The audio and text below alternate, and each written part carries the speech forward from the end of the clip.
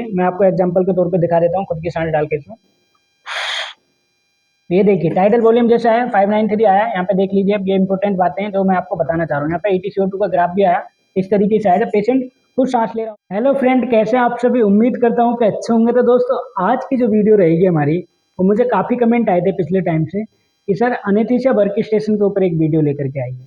दोस्तों आज की वीडियो जो रहेगी हमारी, वो अनेस्थीसिया वर्क स्टेशन के ऊपर रहेगी या फिर अनेस्थीसिया मशीन के ऊपर रहेगी। और उसमें बात करेंगे हम कि उसमें कौन कौन से मोड होते हैं, टाइडल वॉल्यूम क्या होता है, प्रेशर मोड क्या होता है, वेंटिलेटर मोड क्या होता है। इन सब मोड के बारे में बात करेंगे और डिस्प्ले पे जो जो सेटिंग्स आपके सामने आएंगे उन सब के बारे में डिस्कस करते हुए चलेंगे। तो दोस्तों स्टार्ट करते हैं, आपका ज़्यादा समय वेस्ट ना करते हुए। तो लेट स्टार्ट। ठीक है, अब बात करते हैं इस मशीन के बारे में, अनेस्थीसिया वर्क स्टेशन के बारे में। तो सबसे पहले हमें क्या करना है, क्योंकि सभी जो भी हमारे ओटी टेक्नोलॉजिस्ट इस वीडियो को देख रहे हैं या फिर नर्सिंग स्टाफ इस वीडियो को देख रहे हैं, अगर वो अनेस्थीसिया वर्क स्टेशन से उनका लेना देना है, तो सबसे पहले क्या करते हैं, मशीन को हम स्टैंड बाई करते हैं, यानी उसको चेक करते हैं मॉर्निंग में आके सर्जरी लगने से पहले। तो मैं स्टार्ट करता हूँ इसको।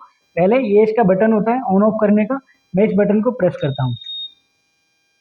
ये मैंने बटन को प्रेस किया है, इसको टाइम लगता है स्टार्ट होने में। ये डिस्प्ले पे आएगी धीरे धीरे, दिखाते चलेंगे आपको। जो जो ऑप्शंस आपके सामने ओपन होते रहेंगे उन सारे ऑप्शंस को हम बताते रहेंगे, उनके बारे में बात करते चलेंगे, ताकि आपको कभी भी समस्या सामने ना आए जब भी आप प्रैक्टिकल प्रैक्टिस में रहें। अभी आप देख भी रहे हैं धीरे धीरे स्टार्ट हो रही है, क्योंकि ड्रैगर की मशीन है हमारी। जो अनेस्थीसिया वर्क स्टेशन है ड्रैगर का है, तो इसके बारे में बात करेंगे। स्टार्ट हो रही है अब ये देखिए ये मशीन हमारी ऑन हो गई है। अब ऑन हो गई तो सबसे पहले काम क्या होता है, एज ए टेक्नोलॉजिस्ट आप मशीन को स्टैंड बाई प्रिपेयर करते हैं। तो स्टैंड बाई प्रिपेयर करने से पहले इस मशीन का सेल्फ टेस्ट होगा।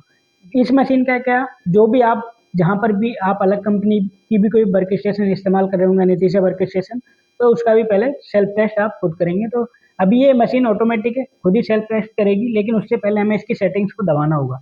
जैसे आप देख रहे हैं यहाँ पे स्टार्ट सेल्फ टेस्ट वाले बटन को, इसको मैं प्रेस करूंगा। ये मैंने प्रेस किया, तो अभी क्या है, इसमें कुछ ऑप्शंस आया तो वो हमें एक्सेप्ट करना है, तो इसको मैं एक्सेप्ट करूंगा। अब यहाँ पे देखिए सेल्फ टेस्ट होगा। इन सारे ऑप्शंस के जो अभी आपको खाली खाली दिख रहे हैं ये सब ग्रीन होंगे, तो मैं आपको धीरे धीरे बताता चलूंगा। देख लीजिए नंबर शुरू हो गए हैं, अभी 2 पे 3 पे। तो कोई भी दिक्कत होगी मशीन में तो ये बताएं। जैसे आप देख रहे हो ये स्टार्ट हो रही है, यहाँ पे 11 आ गए। अभी इसने सबसे पहले क्या चेक किया है, पाइपलाइन प्रेशर। जो पाइपलाइन का प्रेशर, यानी कि अभी मेरी मशीन में सेंट्रल सप्लाई की इसमें लगाई हुई है, सेंट्रल सप्लाई है तो कनेक्ट है वो। अगर ये आपको डिटेल में इसके बारे में जानना है, इसके बारे में समझना है कि ये पाइपलाइन कैसे कनेक्ट होती है, इसके पीछे जो सिलेंडर्स होते हैं वो कैसे काम करते हैं, इन सब के ऊपर मैंने एक अनेस्थीसिया वर्क स्टेशन के ऊपर पहले एक डिटेल वीडियो बनाई हुई है, जिसमें मैंने ट्यूबिंग्स को कनेक्ट करना बताया कि कैसे कैसे आपको कनेक्ट करनी है। अगर आपको वो वीडियो भी देखनी है तो उसका लिंक आपको डिस्क्रिप्शन में मिल जाएगा, आप उस वीडियो को जरूर देखें, ताकि आपको शुरुआत से चीज़ें समझ में आए।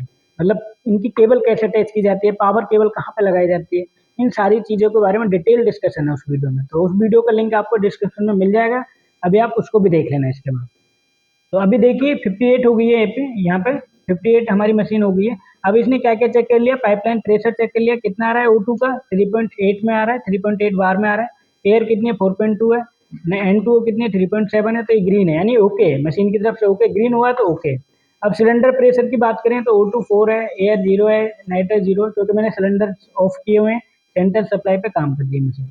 बाकी क्या, अभी वेंटिलेटर की सेटिंग्स को स्टैंड बाई कर रही है, चेक कर रही है, सेल्फ टेस्ट कर रही है। तो वेंटिलेटर, पिस्टन, ये सब हो रखे हैं, ब्रीथिंग सिस्टम पे चल रही है, ये सारी चीज़ें भी होंगी, इनके बारे में हम आपको बताएंगे, जैसे कि आपके सामने डिस्प्ले पर ये चल भी रही है। अभी देखो 70 हो गई है, 70 हो गई है, तो जैसे जैसे ये काम कर रही है तो इसके बाद ये क्या होती है अनेस्थीसिया वर्क स्टेशन में, ये होती है स्क्रीन, यानी अनेस्थीसिया वर्क स्टेशन की स्क्रीन है। अब मैं इसके जो अनेस्थीसिया वर्क स्टेशन का वेंटिलेटर मॉड्यूल होता है इसको भी मैं ऑन कर लेता हूँ। यहाँ पे मैंने ऑन कर लिया है ये भी। इसके 2 मिनट बाद मैं इसके मॉनिटर को स्टार्ट करूँगा। तो अभी देखिए नीचे 75 हो गए, ये सब चेक करते हैं। ब्रीथिंग सिस्टम इसने चेक कर लिया, ग्रीन हो गई हैं चीज़ें। जैसे अभी हमारी मशीन स्टार्ट हो रही है, अभी 85 पर आ गई है, तो उसके जब तक ये स्टार्ट होती है 100% होती है, सेल्फ टेस्ट इसका कंप्लीट होता है, उसके साथ साथ मैं आपको ये भी बताता चलूँ। जैसे ये हमारे क्या होते हैं, ये वेपोराइजर इसमें कनेक्ट होते हैं। जो ये वेपोराइजर है, ये आइसोफ्लोरिन का वेपोराइजर है, ये हमारा सीवोफ्लोरिन का वेपोराइजर है। आइसोफ्लोरिन, अगर मैं गवर्नमेंट एग्जाम के हिसाब से बात करूं, जैसे कि मैं पहले से करता आया हूं कि गवर्नमेंट एग्जाम के हिसाब से प्रिपरेशन करना, तो इनके मैक से रिलेटेड सवाल आते हैं। आइसोफ्लोरिन का मैक कितना होता है, सीवोफ्लोरिन का मैक कितना होता है।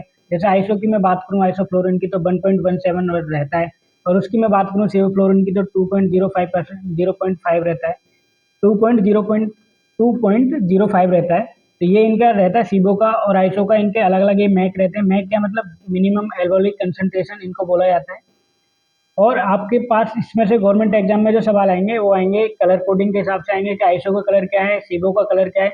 और मैं आपको बता दूं ये इनहेलेशन अनेस्थेटिक एजेंट हैं जो इनहेलेशन दी जाती हैं वेपराइजर द्वारा। तो ये एक बार में एक ही चलेगा, इसकी जो मैकेनिज्म है इस तरीके से सेटिंग की गई है इसकी, ये एक बार में एक ही चलेगा। जैसे कि भी आइसो हो तो आइसो आइसो ही चलेगी इस तरीके से। आपको 1 पे चलानी है, 2 पे चलानी है या 1.5 पे चलानी है, इस तरीके से ही चलेगी। और जब आप इसको स्टॉप करेंगे, अगर आपको सीबो चलानी है तो पहले आप इसको स्टॉप करेंगे, फिर ये सीबो चलेगी। तो ये मैकेनिज्म है। आपको ये इन सब चीज़ों के बारे में भी टेक्निकल पार्ट है, इन सब के बारे में पता होना चाहिए। ये इनके यहाँ पे आपको ग्राफ दिखता है कि आपकी आइसो कितनी है, इसके अंदर कितनी नहीं है। ये फ्लोमीटर जो दिख रहा है आपको ट्रांसपेरेंट है, आप इसमें देख सकते हैं, इस तरीके से रहता है।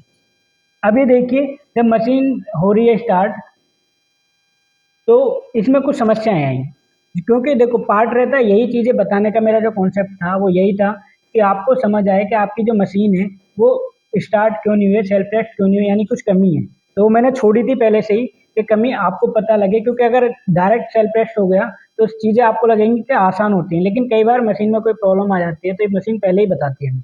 तो हमने क्या कमी की थी वो मैं बताता हूँ आपको। मैंने इसको एपीएल बल्ब जो वो उसको मैंने 30 पे नहीं किया था, ये अब मैंने कर दिया है 30 पे। एपी ये होता है एपीएल बल्ब। एपीएल बल्ब क्या है, एडजस्टेबल प्रेशर लिमिटिंग, ये इसको बोला जाता है। अब मैं इसको दोबारा से इसको एक्सेप्ट करता हूँ, देखते हैं एक बार और, अगर कोई दिक्कत आएगी तो फिर से मशीन रुक जाएगी।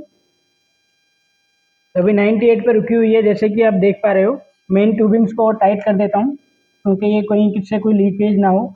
ये देख लीजिए बैग, उससे रिजर्वेयर बैग जो रिफिल हो रहा है, फिल हो रहा है, इस तरीके से काम कर रहा है। देख लीजिए बैग को भी, ये मैं आपके सामने दिखा देता हूँ ऊपर। ये खुद से ओपन हो रहा है, रिफिल हो रहा है, फिल हो रहा है। ये पूरा जब चेक हो जाता है, एपीएल वॉल्व आपने 30 पे कर दिया था, ड्रैगर मशीन के साथ ये 30 पे आपको करना होता है। अभी देखिए वो ग्रीन ग्रीन हो गई, 98 पे रुकी हुई है। तो अभी आगे बढ़ते हैं। देखिए यही चीज़ जो इम्पोर्टेंट थी वही मैंने आपको बताने के पर्पज से थी कि आपको पता लग जाए अगर मशीन के अंदर कोई दिक्कत आती है तो वो रुक जाती है, तो उसको आपने चेक करना है। एक टेक्निकल या फिर टेक्नोलॉजिस्ट की रिस्पॉन्सिबिलिटी है कि अगर कोई कमी आ रही है तो आप उसको चेक करके चलें, ताकि ड्यूरिंग सर्जरी कोई समस्या आपके सामने ना आए। तो अभी देख लो, this device is conditioning function, press accept to accept the condition for the operation listed. तो क्लियर, अब मेरी मशीन 100% हो गई, सारी ग्रीन दिख रही है, तो मैं इसको एक्सेप्ट कर लेता हूँ। तो अब ये हो गई स्टैंड बाई, देख लीजिए ये हो गया अब स्टैंड बाई। अब जो मेन बात जो मैं बताना चाह रहा था, अभी मॉनिटर को भी मैं स्टार्ट कर लेता हूँ एक बार। इस मॉनिटर को भी मैंने स्टार्ट कर लिया। अब इनके बारे में बात करेंगे कि ये मोड क्या क्या है, जो मैंने कहा था कि इसमें क्या क्या ऑप्शन आते हैं आपके सामने और क्या क्या चीज़ों का आपने ध्यान रखना है। तो जैसे इसमें आप देख सकते हो ये O2 का है, ये जो पहला बटन है O2 का है। O2 आपने कम ज़्यादा करनी है, O2 बोले तो ऑक्सीजन अगर कम ज़्यादा करनी है तो यहाँ पर प्रेस करना है। इसके बाद ये रोटामीटर है, इसको रोटेट करना है, आप इससे कम ज़्यादा कर सकते हो। जितनी भी चलानी है आपने 70, 50, 30, आप उसको वहीं पे करके इसको प्रेस कर देना है। तो ये इतने पे चलेगी ऑक्सीजन। ये नॉर्मल फ्लो, ये फ्लो रेट है, फ्लो लीटर है, मतलब एक मिनट के अंदर आपने कितना देना है। आप इसको बढ़ा सकते हो, 2 कर सकते हो, 4 कर सकते हो, 5 कर सकते हो, 10 कर सकते हो, जितना आपको करना है। यानी कि जो अनेस्थीसियोलॉजिस्ट को सही लगता है पेशेंट की सिचुएशन के अकॉर्डिंग उस तरीके से कर सकते हैं। अब मेनली मैं बात करूँ तो इसके मोड के बारे में बात करेंगे हम कि इसमें मोड कौन कौन से होते हैं। पहले मोड की अगर मैं बात करूँ तो ये होता है मैन स्पॉन्टेनियस मोड। ये जो है मैन, इसको इस पर मैं प्रेस करता हूँ, एक्सेप्ट कर लेते हैं। अब ये मोड हो गया हमारा चालू। अब ये वाला क्या काम कर रहा है, ये पेशेंट अगर खुद से ऑक्सीजन ले रहा है, खुद से ऑक्सीजन अगर पेशेंट लेता है, ये सर्किट है, क्लोज सर्किट है ये, जो कि इसमें दो एंड है, एक एक्सपिरेटरी और एक इंस्पिरेटरी, ये दो आपको दिख भी रहे हैं इस तरीके से। अब पेशेंट अगर सांस ले रहा है तो यहाँ पे आएगा, अगर वो ले रहा है टाइडल वॉल्यूम जनरेट कर रहा है सांस लेके, मैं आपको एग्जांपल के तौर पे दिखा देता हूँ खुद की सांस डाल के इसमें। ये देखिए टाइडल वॉल्यूम जैसा है 593 आया, यहाँ पे देख लीजिए। अब ये इंपॉर्टेंट बातें हैं जो मैं आपको बताना चाह रहा हूँ। यहाँ पे EtCO2 का ग्राफ भी आया, इस तरीके से आया। जब पेशेंट खुद सांस ले रहा होता है तो खुद के लिए उस पेशेंट के मूड के लिए लगाते हैं। जैसे मैं एक बार और आपको दिखा देता हूँ, इस तरीके से काम करता है। जैसा भी मैंने कम दिया टाइडल वॉल्यूम, तो मैंने स्पॉन्टेनियस क्या है, पेशेंट खुद से सांस ले रहे हैं और ये हम मेंटेन कर रहे हैं। अगर वो खुद से भी सांस नहीं ले पा रहा है तो हम बैग के थ्रू उसको हेल्प कर सकते हैं। अगर वो सांस नहीं ले पा रहा है तो उसको थोड़ा सा हम प्रेशर यहाँ से रिलीज करके उसको भी दे सकते हैं। अभी बॉल मैंने 30 पे क्या हुआ है, इस तरीके से पेशेंट के पास लगा हुआ है, तो अगर पेशेंट खुद से सांस नहीं ले पा रहा तो हम इससे भी दे सकते हैं। तो मेन स्पॉन्टेनियस मोड है। अब मैं बात करता हूँ इसका इम्पोर्टेंट मोड की। जो इम्पोर्टेंट मोड है वो कौन सा है हमारा, वो है हमारा वॉल्यूम मोड। इसको निकाल लेते हैं दोबारा से। ये हमारा वॉल्यूम मोड क्या है कि मतलब वेंटिलेटर मोड मोड यानी मशीन फुल सपोर्ट करेगी पेशेंट को। पेशेंट उसमें कोई अपनी स्पॉन्टेनियस सांस नहीं लेगा, मशीन जो हमारी खुद उसको खुद ब्रीथ कराएगी। और उसमें क्या है ये देखिए, इसमें ऑप्शंस क्या क्या खुल के आपके सामने आएंगे। जैसे ये टाइडल वॉल्यूम को आपको मैनेज करना है। फीमेल में नॉर्मली 300 350 या फिर पेशेंट की कंडीशन के अकॉर्डिंग होता है कि पेशेंट जब अनेस्थीसियोलॉजिस्ट देखते हैं उनको लगता है कि इसको टाइडल वॉल्यूम इस पेशेंट को इतना देना है, उसको इतना देना है, इस तरीके से इसको मैनेज किया जाता है। इसको कितना भी कर सकते हैं, जैसे अभी मैं इसको नॉर्मली 400 पे कर लेता हूँ। इस तरीके से इसमें टाइडल वॉल्यूम सेट हो जाता है, यानी कि पेशेंट को हम कितनी ब्रीथ कराएंगे। और ये आगे जो ऑप्शन दिख रहा है वो है फ्रीक्वेंसी, यानी 1 मिनट के अंदर हम कितनी बार सांस दिलाएंगे उसको। तो जैसे 12 सेट की हुई है तो इसको भी कम ज़्यादा किया जा सकता है, 12, 15, 11, 10 जो भी आपने करना हो, यानी जो अनेस्थेटिक करेंगे। आपने इन सब के बारे में बेसिक जानकारी बताता हुआ चल रहा हूँ कि ये सब इनका काम ये होता है। तो ये आपने फ्रीक्वेंसी सेट कर ली इस तरीके से। ये वॉल्यूम मोड क्या है कि टोटल कंट्रोल्ड है पेशेंट ना। अभी इसमें मैं दिखाता हूँ आपको क्या आएगा, फिर से सांस देके एक बार। ये देखिए अभी आया ऊपर EtCO2 का, यहाँ पे भी देखते चलिए। यहाँ पे मेन बात देखते चलिए, EtCO2 है जो कि हम सांस दे रहे हैं तो उसमें कार्बन डाइऑक्साइड हमारी बॉडी में जो है उसका दिखा रहा है कि यहाँ पे 29% कार्बन डाइऑक्साइड है या 29 mmHg। और इन CO2 का ग्राफ आया था यहाँ पे अभी। ये मिनट वॉल्यूम, ये क्या है, ये क्या है हमारे, ये जितने भी यहाँ पे दिख रहे हैं फ्रीक्वेंसी पीक, ये सब हमारे रेस्पिरेटरी यानी लंग्स के फंक्शंस हैं। लंग्स के फंक्शंस यहाँ पे क्लियर हो रहे हैं, सामने आपके सामने दिख भी रहे हैं। ये वॉल्यूम मोड जो कि इसमें क्या कर रहे हैं कि हम एक टाइडल वॉल्यूम सेट कर दे रहे हैं पेशेंट के लिए कि ये इतने टाइडल वॉल्यूम पे हम पेशेंट को देंगे और प्रेशर मशीन जनरेट करेगी। तो मशीन फुल सपोर्ट करती है। ये वॉल्यूम मोड है यानी कि वेंटिलेटर मोड इसको समझ सकते हो, आपके डायरेक्ट पेशेंट को पूरी मशीन कंट्रोल कर रही है। पेशेंट के कुछ सांस नहीं ले रहा है, कुछ नहीं कर रहा है, पेशेंट अनकॉन्शियस है, पेशेंट की सर्जरी चल रही है, तो उस समय इस मोड का ज़्यादा इस्तेमाल किया जाता है ऑपरेशन थिएटर के अंदर। तो वॉल्यूम मोड यानी कि वेंटिलेटर मोड भी समझ सकते हैं आप, ताकि पेशेंट को फुल कंट्रोल हो रहा है, मशीन खुद उसको ऑक्सीजनेट कर रही है, उसकी CO2 को ऑब्जर्व बाहर निकाल रही है एक्सपिरेटरी से।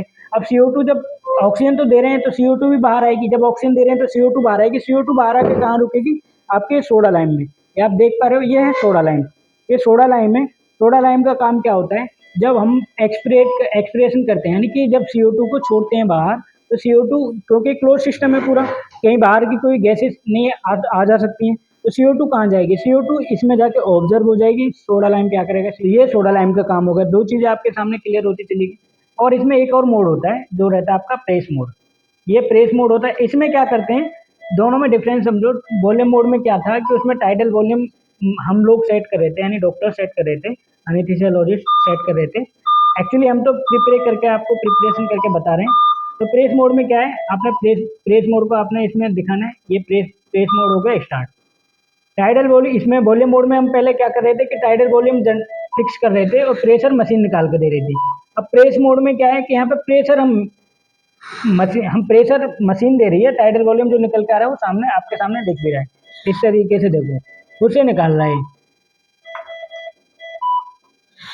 ये आपको आवाज़ भी आ रही होगी इस तरीके से। इसमें पहले हम कर रहे थे वॉल्यूम मोड में, मैं खुद की ब्रीथ देके आपको समझाने की कोशिश कर रहा था, और इसमें देखिए खुद प्रेस मोड पे खुद से चल रही है, लेकिन टोटल कंट्रोल ऑफ मशीन।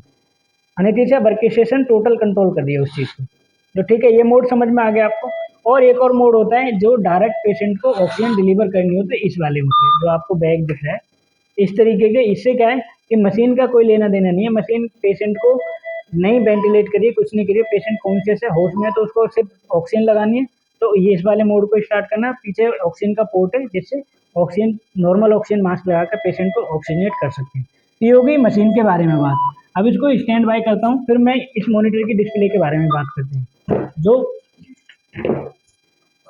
अब उसके बारे में बात कर ली हमने, अनेस्थीसिया जो हमारा वेंटिलेटर स्क्रीन थी उसके बारे में, मोड्स के बारे में जान लिया। अब समझते हैं जो मॉनिटर में जो चीज़ें आती हैं आपके सामने। तो इसको न्यू पेशेंट बोल रहा है तो मैं नो कर देता हूँ, ताकि आपको समझाने के पर्पज से चीज़ें आसान रहे। अब जब ऊपर वाला ग्राफ चलेगा तो वो रहता है आपका ECG का। ECG में भी सेटिंग कर सकते हैं। जैसे कि आपको वेव फॉर्म कितनी रखनी है, 1 2 3 रखनी है, ये लीड्स के बारे में, साइज के बारे में। ये ईसीजी लीड इनवैलिड अलार्म है, ये मीडियम पे रखा हुआ है। पल्स पल्स टोन वॉल्यूम, ये इंपॉर्टेंट रहता है कि आपने जब लगाया हुआ है तो उसकी टोन कितनी आ रही है, पल्स टोन। तो यहाँ पे आप कम ज़्यादा कर सकते हो।